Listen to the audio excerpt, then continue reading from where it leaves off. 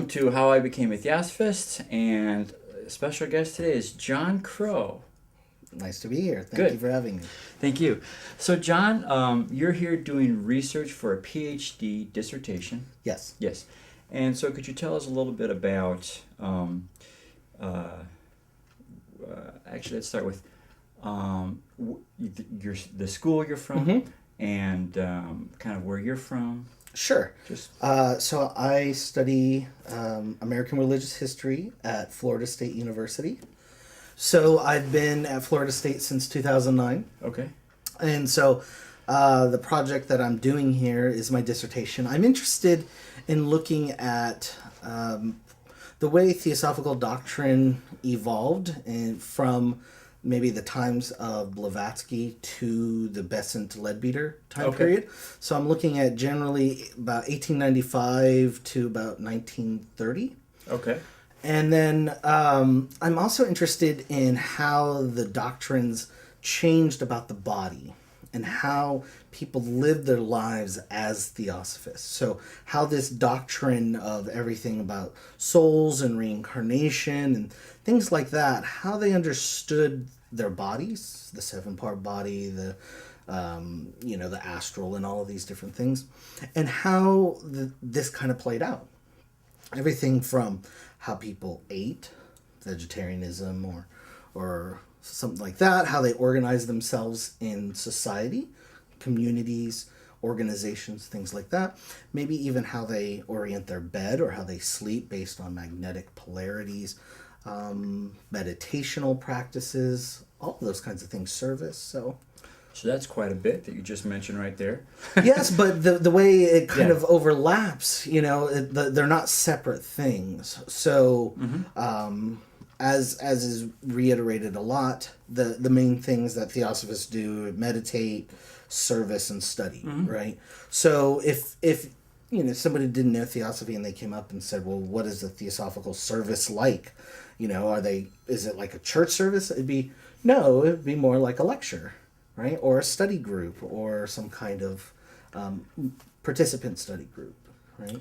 So I often do not prepare questions ahead of time. This time I did, and I just want you to know that in a sort of scattered way, you just answered bits of about 7 of them. But anyway. So we'll go into a little more depth into No, each yeah, of them. no, I'm just kidding you. That's fine. That's great. So I'm gonna go backwards a little bit, just Okay. about you a little bit. So, how did you become interested in religious studies? Okay, so I mean, how far back do you want to go? Like to my childhood? Yeah, is that when you? Yeah. So when I went to middle school and high school in Rhode Island, and we didn't live that far from the town's public library. So I would often ride my bike to the library. And during summer, I think maybe between my 5th and 6th grade or 6th and 7th, I was part of this reading program where they were challenging students to read so many books a week and get stars and all that kind of stuff. I read this children's book about Norse mythology. And it ended with the story of Ragnarok. And I don't know if you're familiar with that. I know the name, but I don't remember them. So what happens is good and evil fight. Uh-huh. And evil wins. Okay. Which, for my little kid brain, was like, that can't be. Like, how could someone accept that evil would win? Yeah. So it really kind of like shook me up. Like, whoa, what is going on? This is like a really different worldview. Yeah. And then we studied like Egyptians and Greeks and all of these cultures in middle school. So I really started thinking, like, wow, there's really different beliefs out there, because I'm growing up in a nominally Protestant Christian environment. So this kind of stuff is like blowing me away, right? Right. The most radical religion I encounter with my peers and in Boy Scouts and stuff like that is Catholicism, right. Or Mormonism, So I'm not getting this large exposure to various religions in little Portsmouth, Rhode Island. And so when I start reading about this stuff, it really kind of challenges me to think about it. And so for almost my whole life, I've been reading about that stuff. But I decided to go into a career of information technology. And so that's what I did from basically, I started going to college in the early 90s, but I was also consulting on the side. And so then at one point, I was doing telephone tech support. One of my clients also said, hey, why don't you come work for me full time? I already started making good money early on. So I was like, I don't really need to finish school. I'm going to go work. And so I did that. For a while, I worked for myself. I worked for small companies, large corporations, all of this stuff. The last major job I had was as an IT manager for a software development company in Atlanta. I moved to Atlanta in 91. And then that was for about 6 years. So they grew from a small, like I think it was employee number 5, to like 60 or 70 employees with multinational development, like Kiev and India and all this stuff. But I just decided I didn't want to do this anymore. Yeah. At one point, I went to, I started going back to school for my undergraduate degree, and I was taking an Asian philosophy class, and I was on their mailing list, and they sent out a message about this particular program that you could go to in Taiwan and study at a Buddhist monastery for a month. So I applied, and you had to write an essay and say why, and I was interested in Buddhism. I'd been reading a lot about it, and so it seemed like a natural connection, especially since I was writing about it in my class and everything. And they accepted me, and it was an all expenses paid, except you just had to get yourself to Taiwan. Wow. But they paid for your food and lodging and transportation, everything for a month. So it was a great opportunity. There were about 40 other students from different countries. And it was a semi-monastic program. So you lived kind of a monastic life. And that included meditation retreats, service, gardening, and carrying things in the warehouse. So it was real work. But it also included study classes with monks and nuns. But the thing, that's important for this story is the meditation retreat. Yeah. Because we did, because of some other scheduling thing, we only did 3.5 days of meditation.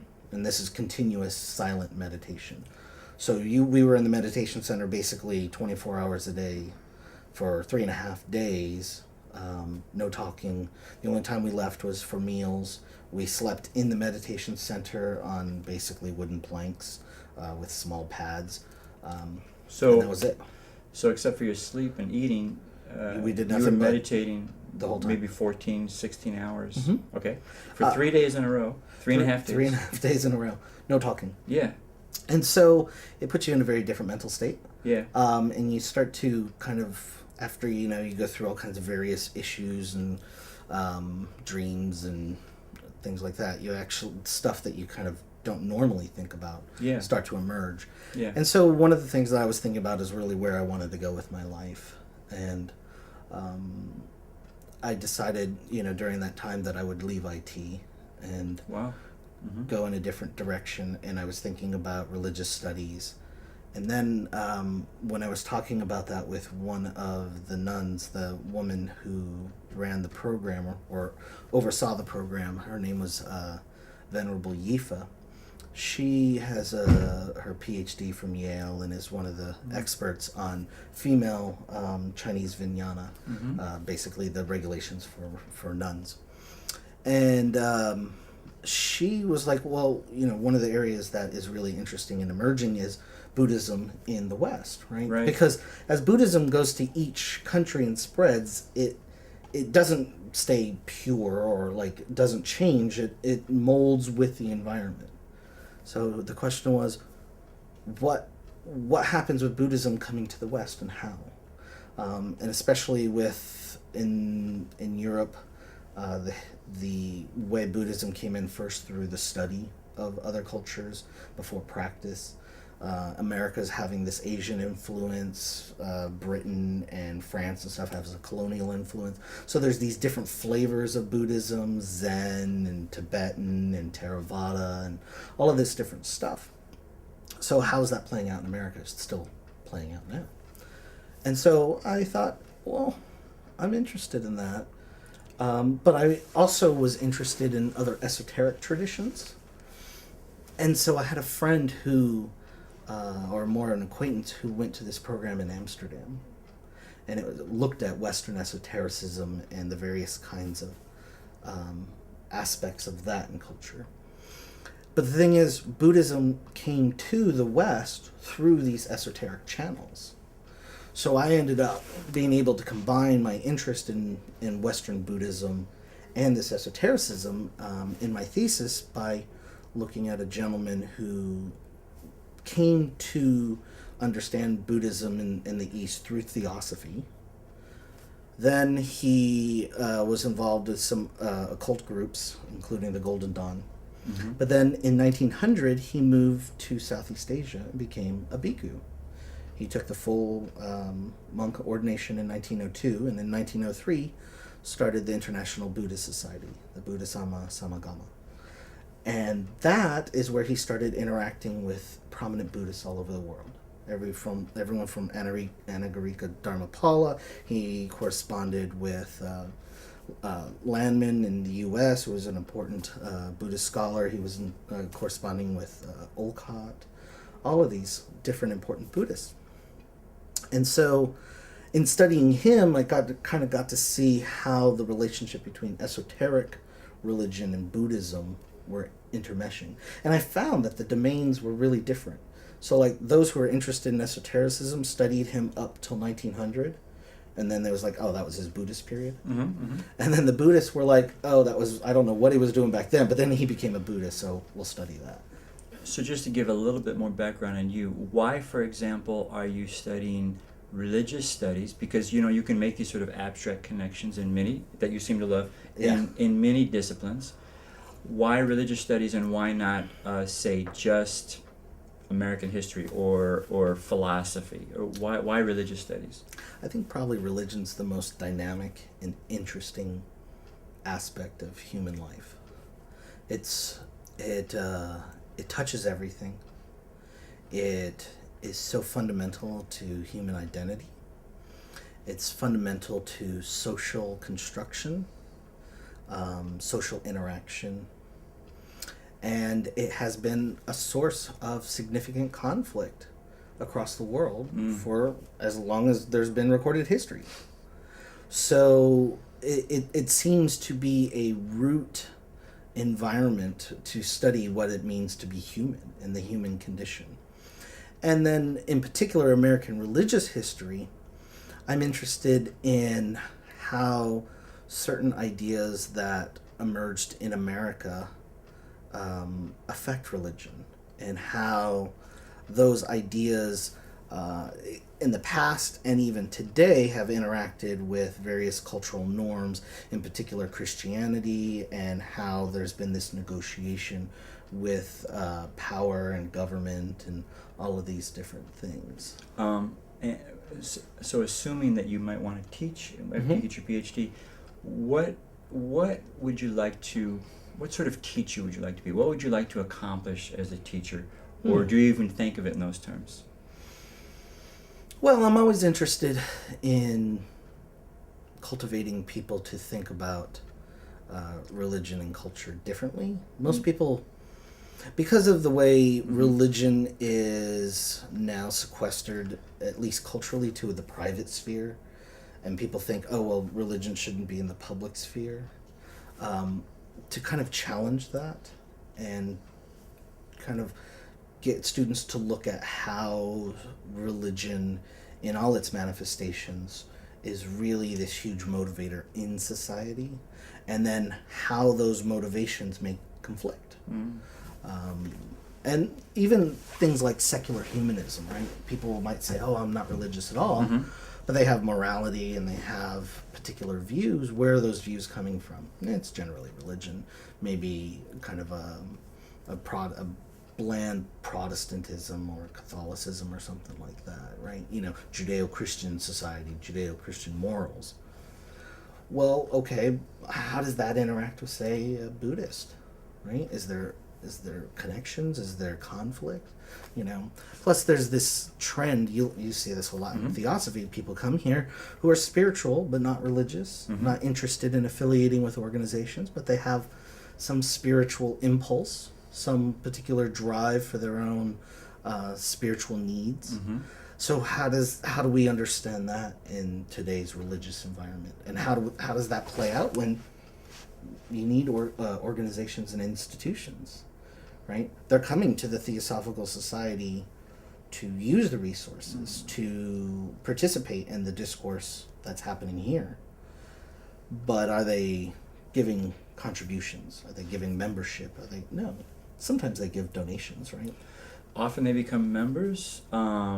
Sometimes they just them coming here and sort of their presence here, we sort of view as they've done their part. Right. And that's important because of the mission of the Theosophical Society in general is to help people, connect with their higher spiritual selves. Right. And that's the mission of the Theosophical Society, and that makes absolute sense. But at some point, that's not going to pay the electric bill. Right. Right. So I mean, religious historians are interested in the people. Right. We study people. We don't study we may study truth claims that people make. Yes. But we don't make truth claims on a religious sense. So we're also interested in the organizational and stuff like that. So that brings me to my next question, which is, are you interested in theosophy or even more so theosophists of throughout history, or is there no way to separate? Or I'm interested in both. In both, and really, how did you decide? Okay, I am going to put all this time into this dissertation on theosophy. How did that happen? Yeah. Well, it goes back to Bennett. I mean, he was a theosophist, and it really kind of led him to Buddhism. And I didn't know anything about theosophy until I read about him and his background. And then I was in Amsterdam, and so I went to the Theosophical Society there.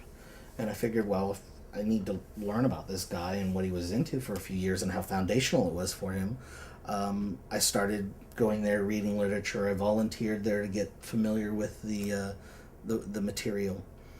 And I found, it was just really fascinating stuff. Yeah. It's just really, really interesting. And it's hugely influential, despite the small number of members that historically have been in the organization. The influence is way out of proportion to that. And especially through the publishing and the lecturing and all of that. These particular individuals' ideas have had huge impacts on society. I mean, today, the Pew Forum for Religion and Society has documented that 25% of Christians believe in reincarnation. Mm-hmm. A quarter of American Christians believe in reincarnation. This was an idea that was completely foreign to America a century ago. But an organization like Theosophy has had a huge role in disseminating ideas the reincarnation. Yeah. So that's what's really interesting to me. And the personalities are interested to some degree. There's been a large emphasis on personality in studying theosophy, right? How many biographies are there of Blavatsky alone? Right.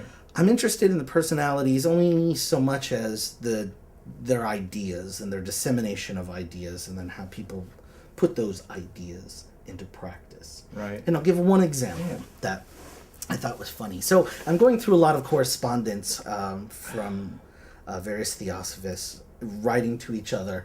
And when you have two people from a same kind of metaphysical background, same religious tradition, or same world outlook, they take certain things for granted in what they say. So, for instance, because they'll know the other person will understand it, right? Right. So I'm reading this one letter from a brother to a sister, and he's traveling, and he's out in the Midwest and by the Grand Canyon or something. And it was a beautiful day. And so he just jots down this little thing. He's like, the thought form that should come along with this letter should put you in a good mood. So, and he just kind of throws that one little comment out and then goes on describing the Grand Canyon. Yeah. But that is such embedded in a theosophical worldview on how particular thoughts manifest matter in the astral layer and how those can travel through, be connected to matter, influence the auras and the feelings of another person at a distance. It's so based on a particular worldview that they just both took for granted. Sure. Yeah. So I find that stuff fascinating. Yeah. So, considering our audience, which will a lot of them will be Theosophists, just sort of out of curiosity, I'm kind of putting you on the spot here, but give us a little. You don't have to annotate it, but give us a little brief list, catalog of some of the works you've looked at in doing the study, because I know you've been going through book after book after book. Yeah. Yeah. So, So of course there are the seminal ones, right? Secret Doctrine, Isis Unveiled. I'm also interested in a lot of the lectures that Besant gave. So so many of those little books or little pamphlets, sure. right? I'm interested in those. I'm also going through, right now, I'm rereading very closely based on some of the other stuff that I've read recently. I'm rereading the esoteric section teachings, right? Because there's so much about the body. Like, so much of what Blavatsky talks about in those esoteric papers 1, 2, and 3 that was she put out during her life, that has to do with the human body, right? Things that people don't really think about, but if there's going to be a transcendent connection, it's going to have to work out through the biology of the body. And so there's going to be certain connections with consciousness and neurology, certain connections with brains and things like that. So I'm paying a lot of attention to those kind of points. this is the part that especially fascinates you, isn't it? Yeah. Yeah. Because if you're going to have a miracle or a transcendent experience, it still has to happen through the biological process. Yeah. You know, it's still going to have to happen with neurons and neurotransmitters. And now a lot of science wants to be reductionist and say it's only these electrical impulses. Right. It's only blood flow. It's only these chemicals, dopamine and serotonin and all this stuff. I don't make those kinds of claims. I'm not. Right. That's not Right. the kind of reductionism I'm looking for. But nevertheless, you still live it through this material body. So have you found then that Theosophy is especially rich for that? Yes. Looking at this kind of stuff. Yes, it is. Yeah. So everything from looking at, say, Leadbeater's discussions of the various races, right, or Blavatsky's, right, Right. because she talks about Right. the various root races and their body, their what it's actually consisted of, whether it's sexed or bisexed, whether it's reproducing in different ways. There's a lot of attention to materiality and the body of beings and the placement of those bodies within the beings. So when she's talking about the 7 principles, or when Leadbeater's talking about the 6th root race and how they learn through color and sound and all of these different things, that's all stuff through the senses. It's all stuff that is processed biologically. So Theosophy is amazingly detailed about the body, but it's ambivalent about the body too, because it's also seen as kind of this disposable vehicle that the soul takes on for a time period. Yeah. So there's this real interesting ambivalence in Theosophy about the body. Interesting. And here's a bit of a textbook question. Has your view of Theosophy and or the Theosophical Society changed since you've been here and done your research? You can just say no and be done with it. Remember, you get one pass. No, I don't need to pass on I'm that. just joking. Well, first of all, my experience with Theosophists since I've started studying the Theosophical Society and Theosophists in general, I've had the opportunity to interact with Theosophists in Amsterdam, in England, and in different parts of the United States. Across the board, it's been a very, very positive experience. My take on Theosophists is they're just good people like everyone else, but it is a tradition that really attracts people who are interested in bettering themselves and bettering society. So they're generally friendly and kind and helpful, and also interested and engaged in kind of the work that I'm doing. So now the Theosophical Society and Theosophy, Sure. as I've gotten more into it, I've found that there's a lot of details that most Theosophists ignore. Go ahead. And so, for instance, like, there's a lot in the Secret Doctrine that talks about the evolution of the root races, excuse me. Yeah. that most people are not aware of that might be somewhat confusing, or attitudes about government and democracy, or these are the things that were talked about and or promoted by during Blavatsky's generation, and then Besant and Leadbeater. That, like, there's a very distinct anti-democratic take to their view of the future and perfect government, or that there's an inherent second-class status for women in the teachings. Right. This is there's one question that pops up continuously for the last century: can women become masters? The answer is always yes. They can become masters, and there are examples that are given. But why does it keep getting asked? Right. And of course the society doesn't have an official, say, view on government or view on politics. Well, I don't know. But I mean, there are certainly individuals who influence others. But it's kind of hard when Blavatsky and Leadbeater and Besant say occultism teaches X, Y, and Z about government. Yeah. Right, and so it's up to the. Ideally, it's up to the individual to be able to digest that in a modern context, and right. I guess it differs from person to person. It does. Yeah. It does, but I think a lot of current Theosophists might find their projections into the future not up to their standards on what good government would be like. I mean, they very much see the hierarchy, autocratic kind of model as the future of humanity. Leadbeater himself is particularly dismissive of democracy. Yeah, he is. And he has the right to hold that view. Yeah. If you teach / introduce Theosophy to your students in the future, how do you think you might begin your introduction? Because most of them will not have heard of Theosophy. Yes. Right? Yes.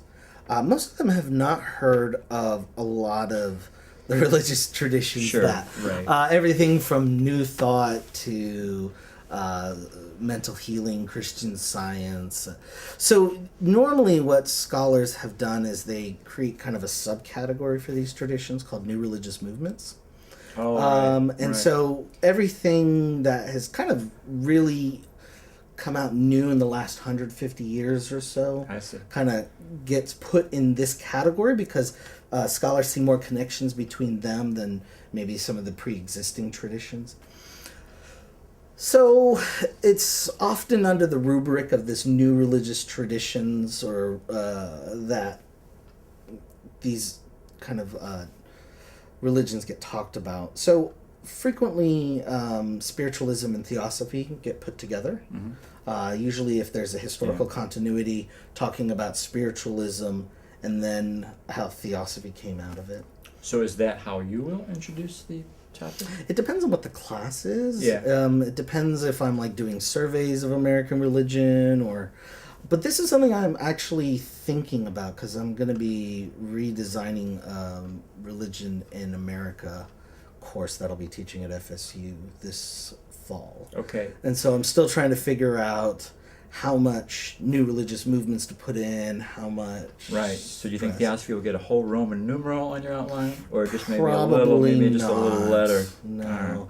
Unfortunately, it would probably get more discussion in the larger context of alternative religion emerging in the 19th and 20th century and talking about everything from like the hippies in the 60s or various kinds of emergence of Eastern traditions. When you proposed to your advisor or advisors that this is going to be your topic, what was the reaction? I submitted my application letter talking about Theosophy. Oh, okay. So they knew for me coming right in that I was interested in these esoteric traditions. They knew the program I was coming from. Yeah. They knew the discourses. There's a woman from University of California, Santa Barbara named Catherine Albanese. And she has this kind of idea of what she calls metaphysical religion. So this is something that I engage in discourses of American religious history, of metaphysical religions, right? Kind of the ones I talked about: New Thought, Christian Science, mesmerism, all of these different Hermetic traditions, things like that, Rosicrucianism, Theosophy, spiritualism. These all fall under a rubric of metaphysical religion. So I said, this is where I want to go. And I said, specifically, I'm interested in Theosophy and looking at how its ideas existed. And my initial project was looking at the earlier generation, the Blavatsky period and stuff. But due to a number of circumstances and the fact that there's already a lot written about that, but less written about the Besant-Leadbeater period, I thought that was the better way to go.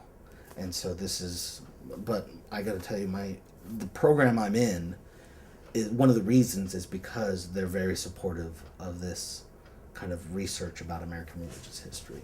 It's not a conservative one. They're very interested in looking at the broadest connections of American religious history.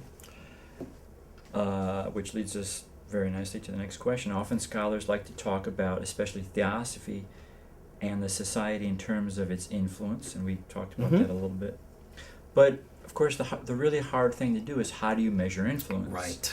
And so, what are your thoughts on that and your intuitions on that? Because I mean, it could go a lot of different directions to measure influence. This is actually a real problem, especially with the kinds of teachings that Theosophy has.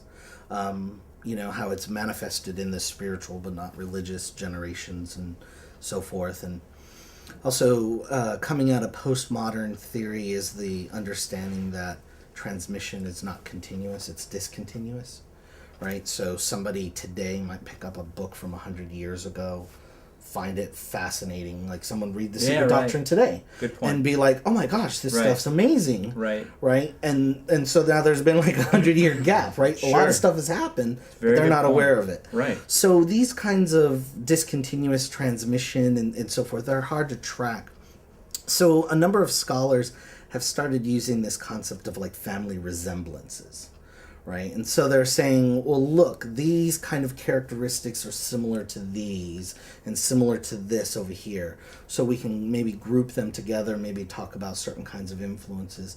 Also, you pay attention to the texts, the books, and the speakers and the influential people in those groups, right? So it's not hard to trace the influence of Theosophy on, say, someone like Alice Bailey. Right. But maybe 2 or 3 steps down, how do you trace that influence? Well, that takes some investigation, but we also have to recognize once ideas hit a certain tipping point, they just kind of become abundant. Yeah, right. Very good point. Like they're in the zeitgeist. Right. And The Secret is a great example of that. Right. But then even the very, influence is such a tricky topic, because even to agree on what influence means is hard, right? I mean, because you could say, well, 30,000 or 3 million people have read this book or heard of this preacher or philosopher, but does that mean influence? Because because maybe a certain sort of people are wired coming into this life to think in a certain fashion, and so just giving them what they're predisposed for might not be influence. That's true. I don't know. It's not really a question. It's a problem. Because institutionally it's easy to draw lines. Like this person came from this institution, studied here, started this group. But the ideas that are so prevalent in Theosophy coming from the East, they expand in such different ways and different people to take to different teachings, right? One of the things you can do, though, is you can also start following language and what terminology is used by who.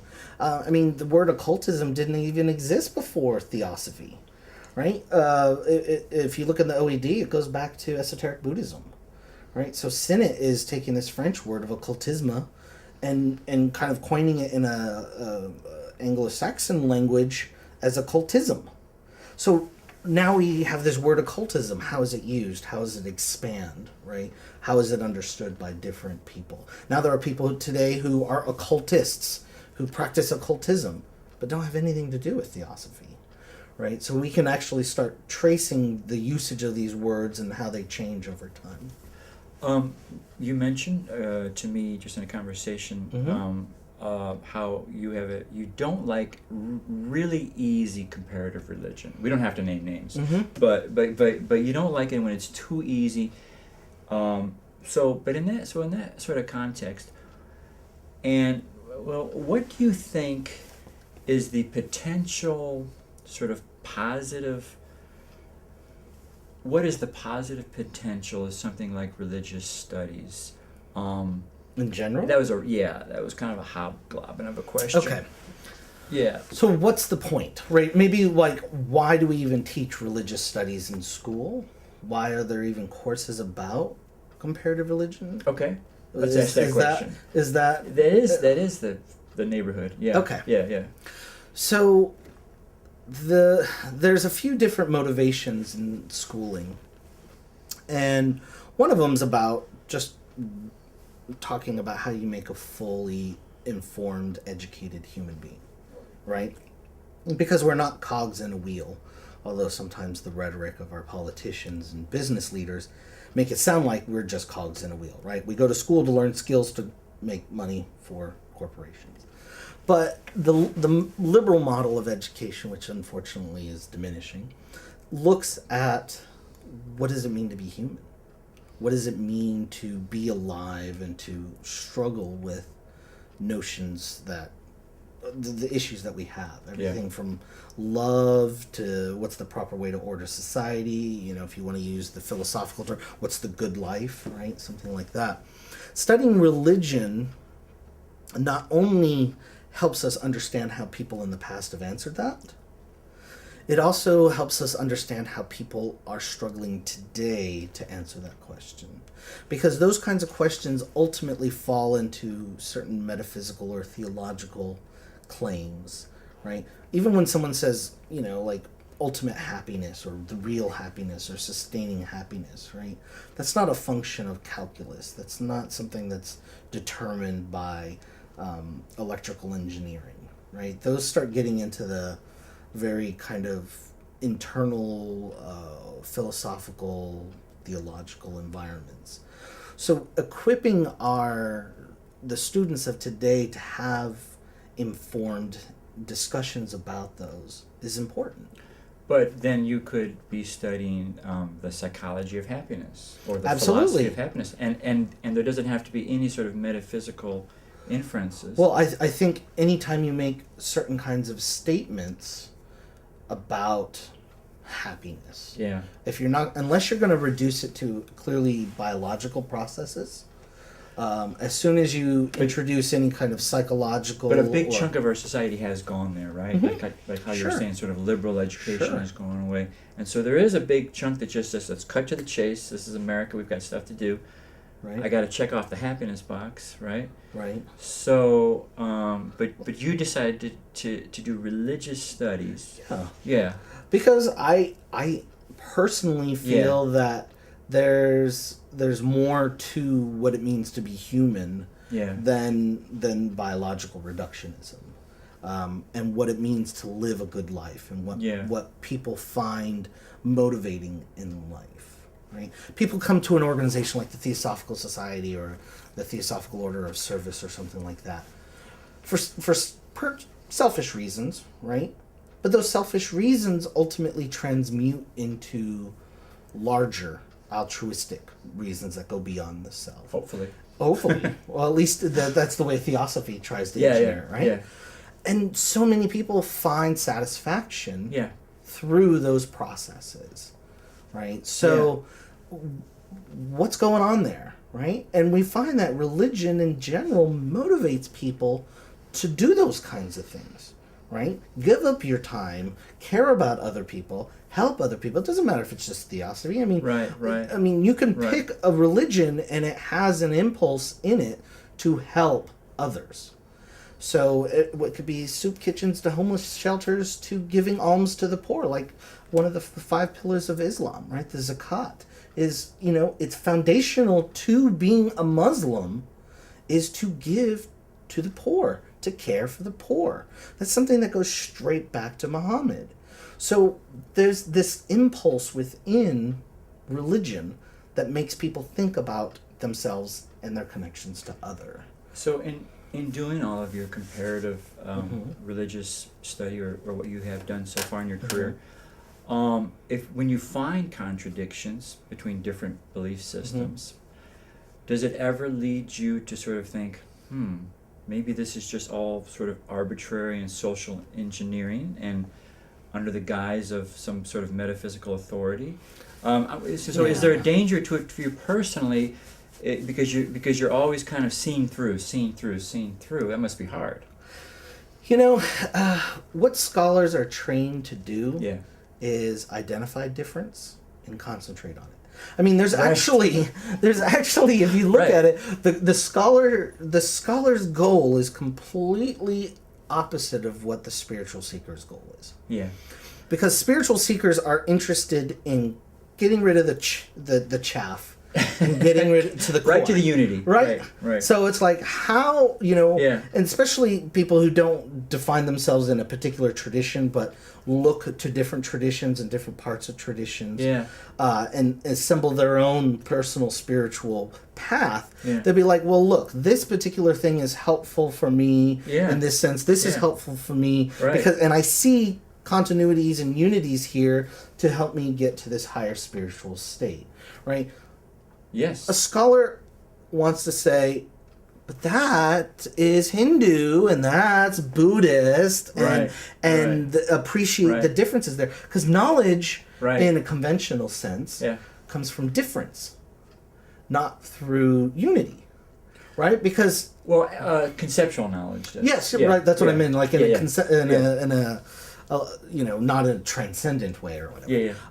But scholars aren't looking to create knowledge in a transcendent way. They're looking to create knowledge in a conventional way. But there have been some scholars who try to do that. They do, and they generally, as time has gone on, they become discredited within scholarship. Why? So because scholars aren't interested in making theological claims. So like someone say like Iliada, or Rudolf Aldo, right? Talking about the numinous or talking about the absolute or things like that.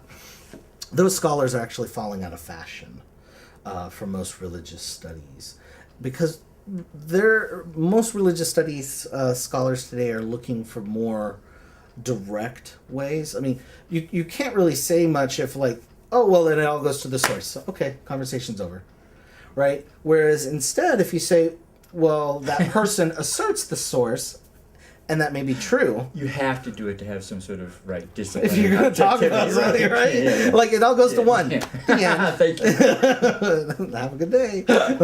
Class is over, right? So I mean, in some sense, the scholarly project is about like saying, well, we're not going to the unity thing. We're going to the multiplicity thing. Yeah. And let's cut them up with particular methods and theories and categorizations and things like that. Yeah. And that's useful in a particular domain. Right? Right. I mean, because that's a domain that we live in a general sense. So being aware of those differences, being aware of historical continuities, being aware of those influences, we just shouldn't think that any one science or any one method is totalizing and has all Very the good answers. point. Absolutely. Right? Absolutely. So there's the impossible question. Hopefully, constructive dialogue, between different religions will become the norm. So, coming from a person who is a real scholar, and you see you can't just easily say they're all the same because there's significant differences. Right. So what is your hope for agreement between people who are sort of vehemently passionate about their own belief system they're born into, and then they have to go to this other system, and you're saying they have a right to say they're different. They are different. So how do they come to significant peace and agreement? Well, I don't want to be prescriptive on how it should be. This is a pass? You're going to pass on No, this? I'm not going to pass on this one. I'm just going to clarify. It's not the scholar's role to to be prescriptive. Oh, and say, I know. This is how I'm giving you. Yeah. So at most, what universities are trying to do today is trying to make aware students. Yeah. So even if they disagree with someone's belief system, even Yeah. if they oppose it, Yeah. they're at least aware to some degree of what the other person believes. I At least see. they're not Good ignorant about it. Good point. Now, often through learning more about others, Yeah. acceptance and tolerance Yeah. emerges. You Not always, Not always. but sometimes. But often. Yeah. And that may be a byproduct of the process, and that may be even why the courses are being taught in schools, right? Society in general may say, well, look, even in a practical sense, if you're going to go into the workplace, you're going to be working with others of different religious traditions. You kind of need to be aware of what they're doing and what they believe in so that you're not accidentally offensive, that you're not hurtful, and that there can be a conducive working environment even if there is religious difference in belief. That's a great answer. Just sort of being a great listener, knowing really what the other person has to say. Right. I'll give you an example. Yeah. So before I went into religious studies, I was, like I said, I worked for a large corporation, and I was an IT manager. So I would have meetings with a lot of the development staff and some of the partners and so forth.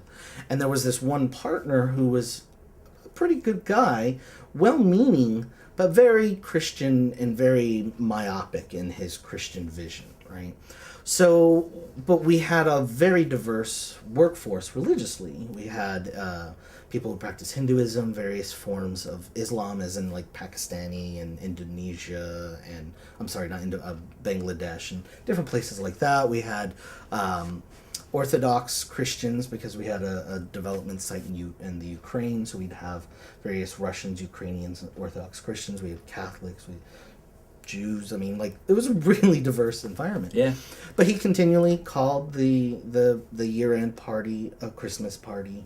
When the Muslims in the company were celebrating and practicing Ramadan and fasting and so forth, we'd have lunch meetings and they wouldn't eat.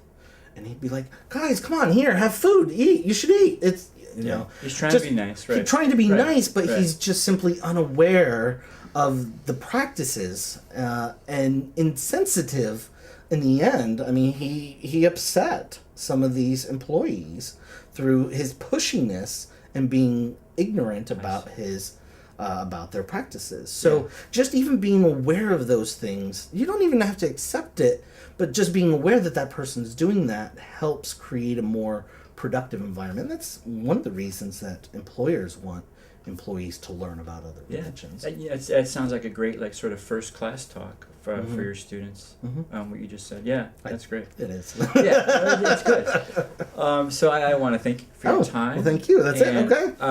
Unless you want to just improvise. It's totally up to you. All right. So let's say that you're a store owner and a store. No, I'm just joking. No, we've basically covered what I have here. Okay. I think you just kind of answered this question that popped in my head, but it would be the sort of additional question is have you already encountered students who are closed-minded and they have to take a general class that you teach, and so how do you deal with that? You know, I have encountered a number of students. Being in the South, they're I'm in Tallahassee, which is the northern part of Florida. Okay. So in some sense, Tallahassee shares more of a culture with southern Georgia than it does with southern Florida. Oh. So there is a large representation of Protestant and evangelical Christianity in the area. And so I would say the overwhelming majority of my students are Protestant Christians, and many of them evangelical. So one of the things that I have to deal with is trying to get certain terms and understanding, even to open up their acceptance of difference, and getting to the point of not judging the truth of religions. So I always couch it in saying, look, we're charged with being religious scholars for the semester in this class. Right. And religious scholars don't adjudicate truth, right? So if a Buddhist is saying there's no soul, we don't write our paper saying yes there is, right? Instead we say, well, this is what Buddhists believe, right? Even just opening up that space to great. recognize difference is one of the challenges. Now, when I teach Christianity, say in like a world religions course, I do have to take a different take, and this is just what I do. I mean, my colleagues often do different things. But one of the things I've noticed is churches do not teach Christianity historically, right? They give Bibles to their students, and they're kind of saying, this is the truth, this is the way it is, and this is how to understand it, right? So instead, I go to a very rigorous historical continuity of Christianity when I teach it. And this has actually been where I found the most conflict with students. Yeah. Because it's not taught in that way. Yeah. And therefore, students struggle when they learn certain things. Like, and I'll give you an example. So one of the things I do when I talk about the history of the Bible and the selection of scriptures and the evolution of the Bible and how it changes is one of the lessons I show is the difference between a Catholic Bible and a Protestant Bible. Now, most people are aware that a Catholic Bible has a section called the Apocrypha, right? Or these apocryphal texts that Catholics recognize as authoritative, but Protestants don't. But it's not just that. And in fact, other texts are different. So there's even things like the Book of Daniel. In a Catholic Bible, the Book of Daniel has 14 chapters. In a Protestant Bible, it has 12. So these kinds of differences become more problematic for students because there's not one Bible, right? Yeah. Within a Protestant rhetoric, right, it's the Bible, the Bible, the Bible. And then when I point out, no, it's more like Bibles, right? Even when I demonstrate that, like, the early Christian Bible was based on a Greek translation of the Jewish scriptures and not on the Jewish scriptures that conformed the Tanakh, right? This is where the Apocrypha comes from. So I can imagine that causes some emotional reaction sometimes. Yes. Now, is there a way you can present it to kind of soften it and to kind of say, I'm not taking away from the dignity of this? I do. Yeah. And, one of the things I say early on is everything that we're going to talk about may be true, but that doesn't change what you know to be true right now. Nor am I interested in challenging your religious beliefs. If anything, I want you to deepen your religious beliefs and engage in them more. And the way we engage in them more is to learn difference. And it's through difference and comparison that new questions open up to our mind that we wouldn't have thought of previously. And it's through those questions that we can then go back to our own religious tradition and deepen our understanding of it. So this isn't to challenge your beliefs, this is to help you fully engage in your tradition. And then just to be safe, you also have the chicken wire, though, don't you? No. Right. They generally don't throw things in class. I have had students get up and storm out of class. I have had students become very upset. Yeah. And but there's always a decorum, right? Yeah. So students are not going to go up and like yell at you in class, right? If they're too upset, they might leave, and I've had some do that. And I've also had some who were upset and waited to the end of the class and then really got challenging. And then in environments like that, I don't engage their anger and stuff. In fact, I kind of back up and I'm like, okay, well, let's talk about this, right? And I let them express themselves and things.